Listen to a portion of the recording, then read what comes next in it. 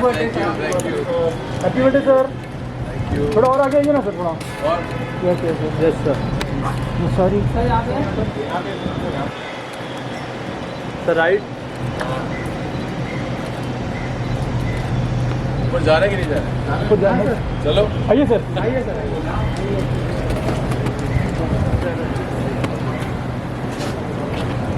Sir एक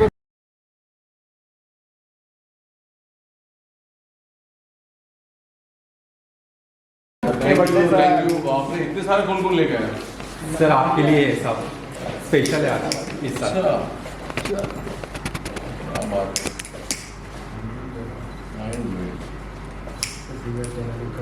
साल से मैंने कभी नहीं काटा तुम लोगों के साथ केक, पहली बार काट रहा हूँ। क्यों पहले बोलो मेरे?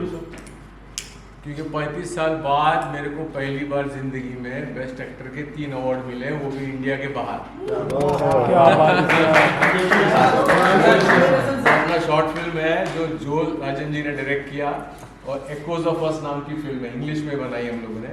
तो पहली बार मेरे को ऐसा महसूस हुआ कि हाँ, मेरे को किसी ने एज एन एक्टर समझा, तो जिसकी वजह से मुझे लगा कि मैं आप लोगों के साथ में ये मेरा अच्छा बर्थडे का मौका है, तो मैं शेयर करूँ आप लोगों के साथ। Thank you. चलो हैप्पी बर्थडे गाओ पहले। Happy birthday to you, happy birthday to you, happy birthday dear फूकने वाला है क्या? ये तो फूक के मार सकते हैं। थैंक यू छोड़ दो बस हो गया। चलो आ जाओ, अभी कौन आने वाला है? राकेश विनोद को बुलाओ सबसे पहले। विनोद सही आदमी को। चलो आ जाओ, थैंक यू।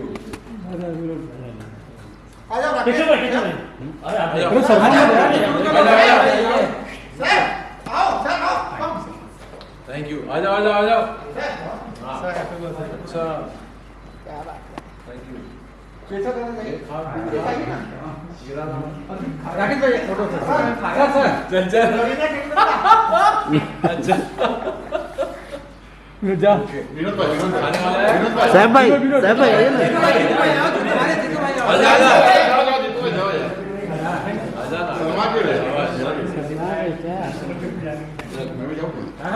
ये टिश्यू नहीं लाया तू? टिश्यू है। Thank you. आ जाओ सुशील भाई। अरे वाह, सुशील भाई का भी सपना पूरा हुआ।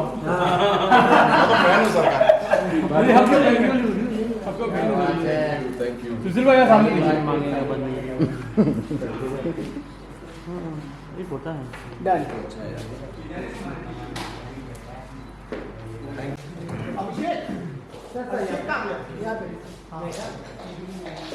सर यहाँ पे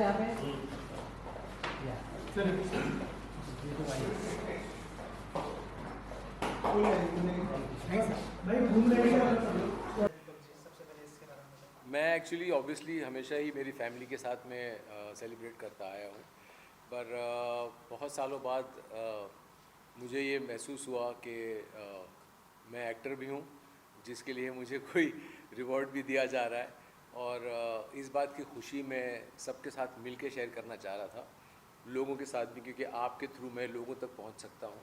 तो मैंने सोचा कि ये एक सही वक्त है। पहले मैंने कभी ऐसा किया नहीं था, क्योंकि पहले मुझे कभी ऐसा अवार्ड मिला नहीं था।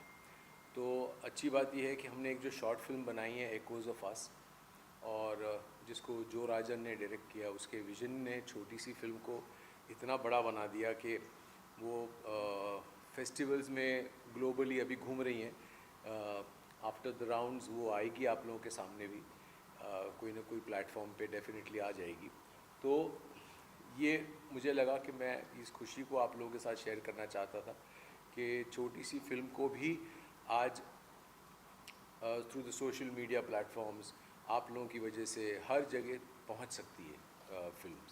और कभी सोचा नहीं था कि एक छोटी सी फिल्म जो हम लोगों ने श्रीलंका में जाके शूट करी थी, और इसमें सारी टीम ने लिटरली ऐसे काम किया जैसे कि एक बड़ी फिल्म हो। तो मैं समझता हूँ कि बहुत अच्छा रहा मेरे साथ में जो को एक्टर थे उलिया वांतूर, उन्होंने बेहतरीन काम किया। पहली बार उन्होंने एज एन एक्टर काम किया। थोड़ा सा डर था कि पता नहीं कैसे परफॉर्मेंस हो पाएगा, बिकॉज़ वो फॉरेनर हैं और हम लोग वैसे तो फिल्म इंग्लिश में ही बना रहे थे। तो जो राजन का ये बेसिकली विजन था कि नहीं, इसको हम लोग ऐसे बनाएंगे जैसे एक प्रॉपर फीचर फिल्म है। तो मैं इस बात से खुश हुआ क्योंकि जब मैंने लिखी थी फिल्म तो ऑब्वियसली एक छोटे पैमाने की फ़िल्म थी, एक छोटे प्लेटफॉर्म की फ़िल्म थी। बट ऐसा कहते हैं कि डायरेक्टर का विजन जब आता है तो ऑब्वियसली वो पूरे सिनेमा को चेंज कर देता है। तो बस इसी बात की खुशी थी कि मैं देखता गया, एज एन एक्टर मैं परफॉर्म करता गया और महसूस करता गया कि इस आदमी ने इस विजन से इस छोटी सी फिल्म को आज पूरी दुनिया में फेस्टिवल्स में घूम रही हैं। और अभी हम लोग बार्सिलोना में नॉमिनेट हुए हैं, विच इज़ इन स्पेन। तो वहाँ पे भी हम लोग चारों नॉमिनेट हुए हैं, best actress, best director, best film और बेस्ट एक्टर में। तो हम लोग जा रहे हैं रेड कार्पेट के लिए। तो आशा करते हैं और दुआ कीजिए कि हम लोग वहाँ पे भी कोई झंडे गाड़ के आ जाए। सर, इसके अलावा सैयारा ने जिस तरह का माइलस्टोन क्रिएट किया है, वो टाइम में, आपके टाइम में जब आशिकी ने इस तरह का माइलस्टोन क्रिएट किया था, क्या कहना चाहेंगे? बहुत सारे लोग कंपेयर भी कर रहे थे आशिकी 1, आशिकी 2 के साथ में सैयारा। देखो, आशिकी जब हमने की थी ना तो वो एक बहुत छोटी सी फिल्म थी। हम लोगों को कभी ये महसूस होने नहीं दिया, ना भट्ट साहब ने ना गुलशन जी ने, कि ये एक इतना बड़ा न्यूक्लियर बॉम्ब बन जाएगा। वो फिल्म जब बन रही थी तो एक छोटी से बजट की फिल्म थी और ये भी नहीं पता था कि थिएटर में आएगी या फिर उस टाइम पे वो दौर था कि भट्ट साहब फिल्में बनाते थे, छोटी फिल्में जैसे डैडी बना रहे थे। तो हमें लगा कि शायद दूरदर्शन या कहीं पे भी ऐसे कोई छोटे प्लेटफॉर्म पे आएगी। पर मेरे ख्याल से जो म्यूज़िक का जो पावर होता है और वो म्यूज़िक के पावर ने उस फिल्म को इतना बड़ा बना दिया। और बाद में ऑफ कोर्स भट्ट साहब की कहानी और भट्ट साहब का डायरेक्शन। तो I think most of the things एक सिनर्जी होती है। और हम लोग कहते हैं कि जैसे हर फिल्म का एक अपना डेस्टिनी होता है, और वैसे ही हमने जब आशिकी बनाने की सोची थी तो ऐसा रियलाइज़ नहीं हुआ। तो मुझे लगता है कि सैयारा का भी जो है वो वैसे ही कुछ हो गया, एकदम से मैजिक। तो कहते हैं कि every film has a destiny, and I think I'm very happy to know that this kind of success it has achieved, because एक वो डर था लोगों के दिमाग में कि नए लोगों के साथ फिल्म बना के रिलीज़ करना, और इतना मुश्किल काम हो चुका है अभी इस टाइम पे। और ऐसे वक्त में अगर ये फिल्म इतनी अच्छी चल गई है, इतना अच्छा बिजनेस कर गई है, तो I am very very happy. And I think कि ऐसी चीज़ें बार बार हो, लगातार हो, ताकि we all get very motivated to make films with new talent. Sir, Aashiqui 3 भी आने वाली है, क्या आप लोगों की कोई स्पेशल अपीयरेंस ऐसा कुछ देखने मिलेगा? राहुल सर आपका एक्चुअली नहीं, मेरा को तो अभी तक कुछ आइडिया नहीं है उसके बारे में, लेकिन हाँ अनुराग बना रहा है, मैंने सुना। तो अनु तो वैसे ही दोस्त है, in case if there is something तो डेफिनेटली वो बुला लेगा। दीपक सर, आप भी डायरेक्टर रह चुके हैं, you also directed two films. तो इस फिल्म के लिए क्या ऐसे कुछ था कि you also give your some kind of vision, जैसे आपने कहा कि ऑफ कोर्स वो में तो जी ही गिव 100%, बट लेकिन आपका भी कुछ इसमें ये था कि ऐसे करना चाहिए और इस लेवल पे मूवी को लेके जा सकते हैं? नहीं, एक्चुअली मैं मेरा सिर्फ 2 ही इसमें रोल थे। एक तो एज ए राइटर मैंने जो कहानी बनाई थी, और सारा विजन से लेके सारा एग्जीक्यूशन एवरीथिंग वाज जो। इनफैक्ट यहाँ तक कि मैं एज एन एक्टर जब काम कर रहा था, मैं मॉनिटर के पीछे जाके देखता भी नहीं था कि मैंने सीन कैसे निभाया, क्योंकि वो मेरा काम नहीं है। जो डायरेक्टर का काम होता है कट बोलना और ओके बोलना। तो बेसिकली मैंने वो चीज़ एज एन एक्टर का जब मैं रोल कर रहा था तो मैंने डेफिनेटली वो सोचा नहीं। हालांकि डर बैठा रहता है, क्योंकि कोई दूसरा इंसान डायरेक्ट कर रहा है, आपको तो एक लगता है कि पता नहीं फ्रेम में क्या आ रहा है, कैसा लग रहा है, क्या नहीं है। But I think the way everything was going on, जिस तरह से बाकी लोग भी परफॉर्मेंस करते थे, कोई मॉनिटर पे ज़्यादा ध्यान देता नहीं था। मेरे ख्याल से सब ने ही ये रियलाइज़ किया कि जो डायरेक्टर है उसकी काबिलियत के ऊपर ट्रस्ट था सबको। बिकॉज़ एक छोटी सी फिल्म जो हमने सोचा था कि कहीं वाडा में या कहीं वाई में जाके शूट कर लेंगे या पनवेल में जाके शूट कर लेंगे, उसके ऊपर सडनली जैसे जैसे हम लोग ने वर्कशॉप किया तो रियलाइज़ हुआ कि इस आदमी ने तो विज़न ही कुछ और बना दिया। क्योंकि उस टाइम पे सोचा था कि हम लोग कोई ऐसी लड़कियों को ले लेंगे जो देसी लड़कियां हमारे कंट्री में काफ़ी हैं, जो एक्टिंग करने आती हैं, जो काफ़ी क्लासेस वगैरह करती हैं और ये परफॉर्मेंसेस वगैरह के लिए वो लोग वेट करती हैं। तो जब मैंने लिखी थी तो मैंने सिर्फ ये लिखा था कि एक इंडियन आदमी जिसके रिलेशनशिप एक विदेशी लड़की के साथ में होता है, पर वो विदेशी लड़की का विजन क्या होना चाहिए, वो कौन होनी चाहिए, ये सारा कुछ जो है वो क्रेडिट जो को जाता है, जिसकी वजह से मुझे लगता है कि काफ़ी सारा मल्टीप्लिकेशन जहाँ से शुरू हो गया। जैसे ही उसने बोला कि मैं उलिया से ट्राई करूँगा पहले, तो मैं तो ऑब्वियसली बहुत खुश हुआ, पर थोड़ा सा डर था क्योंकि उसने कभी एज एन एक्टर काम नहीं किया था हमारे हिसाब से। पर it was a very big surprise, very big. तो मैं समझता हूँ कि इसमें सारा क्रेडिट जो विजन और जो फाइनल फिल्म का आउटपुट आना और जिस तरीके से पनवेल और वाड़ा को छोड़ के श्रीलंका जाना, श्रीलंका में जाके उस विला को ढूंढना। हम लोग कोलंबो से ऑलमोस्ट 7 घंटे और दूर गए और लिटरली ऐसी जगह में थे कि बिल्कुल एक ऐसी वादियों के बीच में एक अकेला विला खड़ा था। तो that is what was so beautiful about it कि जैसे हम लोग लोकेशन पे पहुँचे रियलाइज़ हुआ कि कितनी खूबसूरत जगह, कितना अच्छा माहौल। और अब जब फिल्म देखोगे तो रियलाइज़ करोगे कि ये फिल्म का एक किरदार भी है। एक जो इन्होंने विला सेलेक्ट किया वो लिटरली उस फिल्म का एक किरदार बन गया।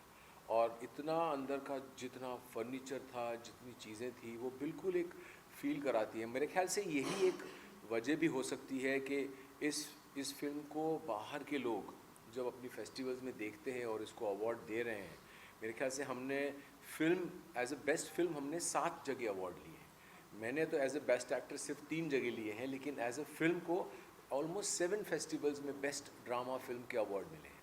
तो I think that all credit definitely is all about जो एंड हिज टीम, उसके कम्पिटेंट एसोसिएट डायरेक्टर्स, जो भी लाइनअप थे, उसके टेक्निकल टीम, उसका एडिटर।